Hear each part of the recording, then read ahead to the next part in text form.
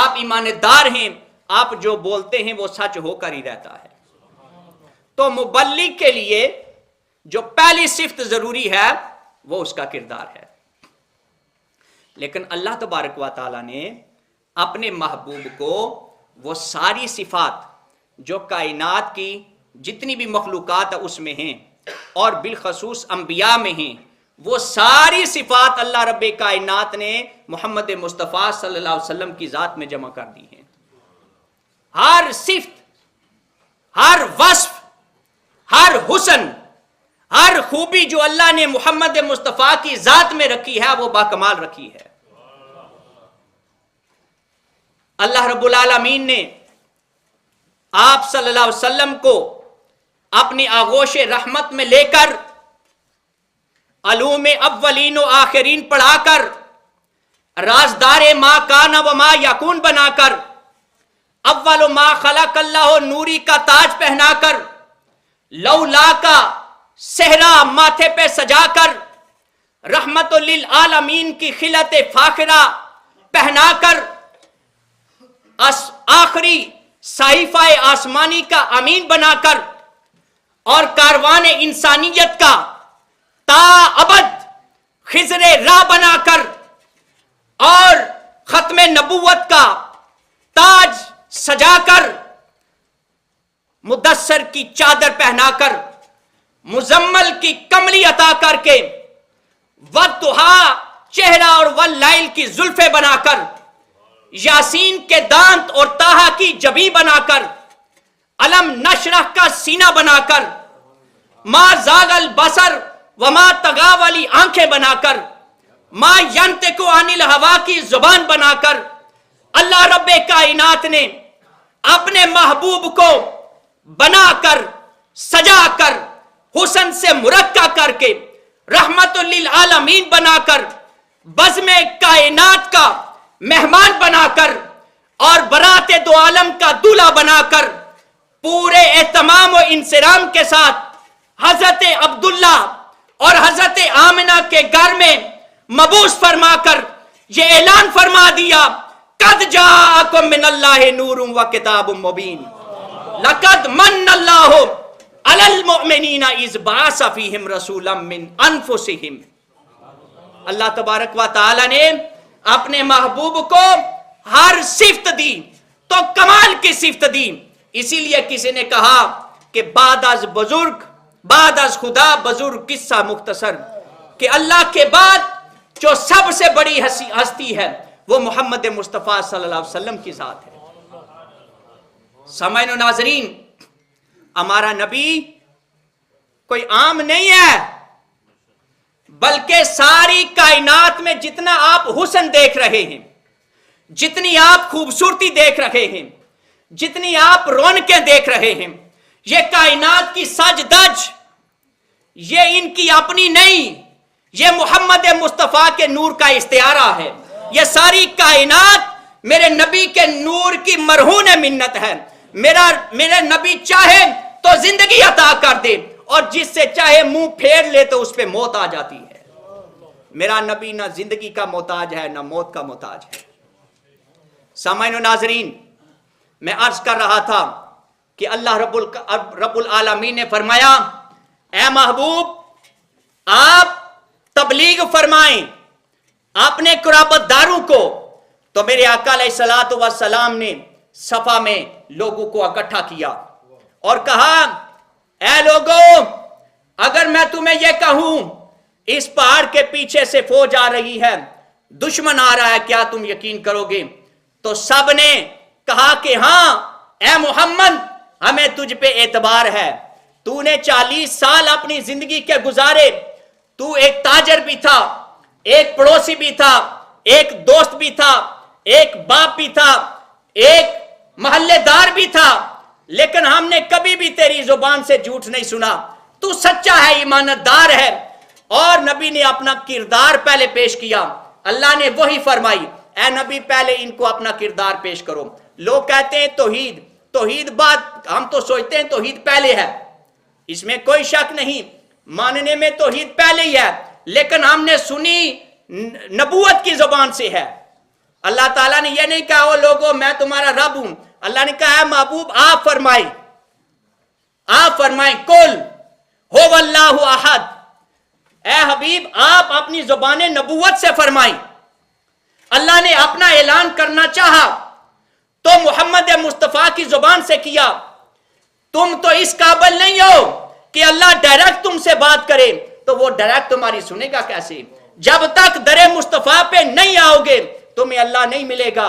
تمہیں جب تک محمد مصطفیٰ کی سمجھ نہیں آئے گی تو اللہ کی سمجھ تم کیسے تمہیں سمجھ سکتے ہو؟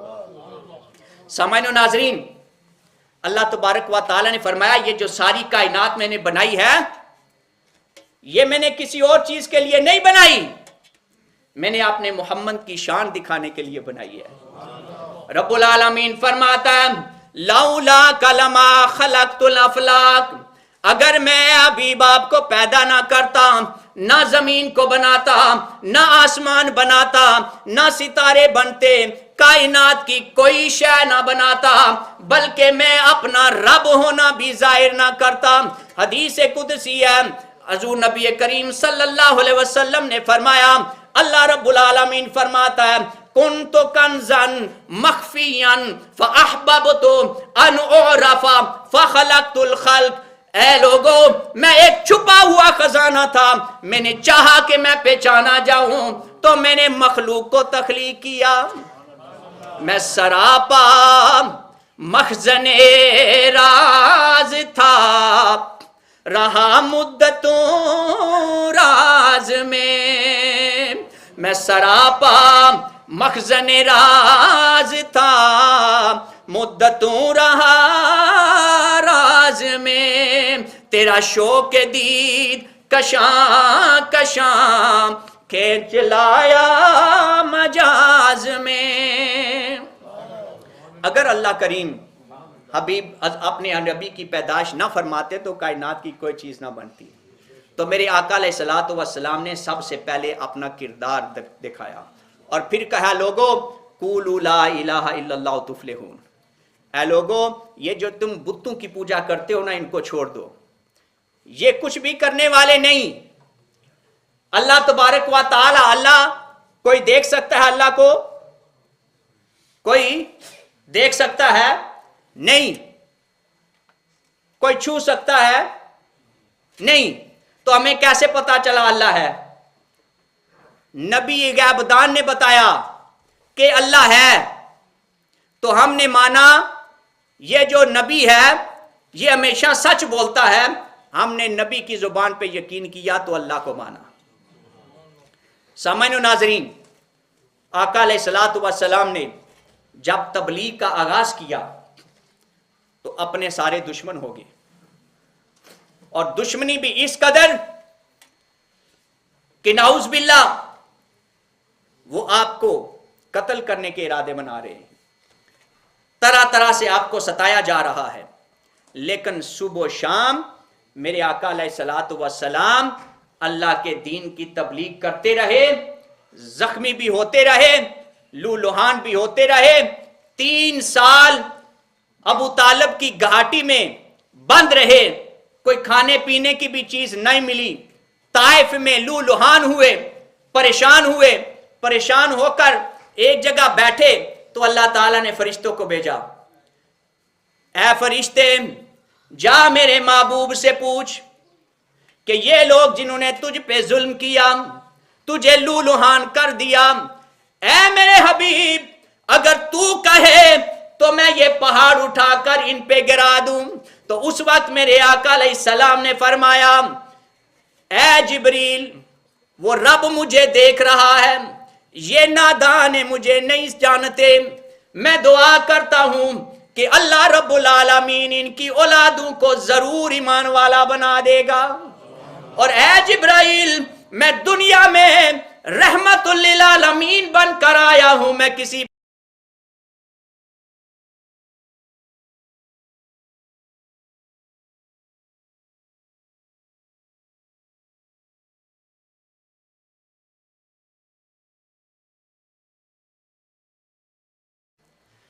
بلکہ تفسیر ارائس البیان میں صاحب تفسیر ارائس البیان یہ کہتے ہیں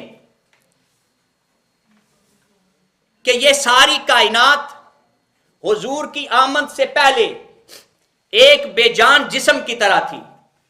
جب نبی کریم صلی اللہ علیہ وسلم تشریف فرما ہوئے، آپ نے قدم رنجا فرمایا تو یہ کائنات دوبارہ زندہ ہو گئی. چونکہ نبی کریم صلی اللہ علیہ وسلم اس کائنات کی اصل ہیں، اس کائنات کی جان ہیں، اس کائنات کا منبع ہیں، اس کائنات کا مقصد ہیں، تخلیق وجہ کائنات ہیں.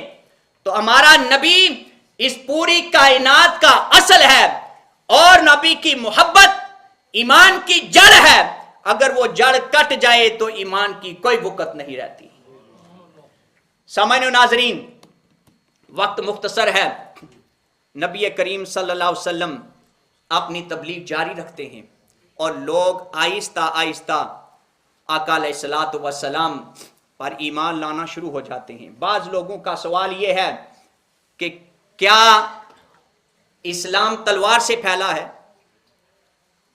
تو اس کا جواب ہے نہیں. اگر تم اسلامی تاریخ کو پڑھو تو پوری تاریخ میں کوئی بندہ یہ نہیں ثابت کر سکتا کہ مسلمانوں نے اگریسو وار کی ہو، مسلمانوں نے لڑائی کا آغاز کیا ہو، بلکہ مسلمانوں نے ہمیشہ ڈیفنس اور دفاعی جنگ لڑی ہے اپنے دفاع میں، اور اللہ تبارک و تعالی نے مسلمانوں کو کامیابی عطا کی. اور ایک بات میں اکثر کہتا ہوں، لوگ تو کہتے ہیں نا ہم بڑے علامے ہیں اور حضور نبی کریم صلی اللہ علیہ وسلم کے علم، صفات یا معجزات پہ وہ اعتراض کرتے ہیں.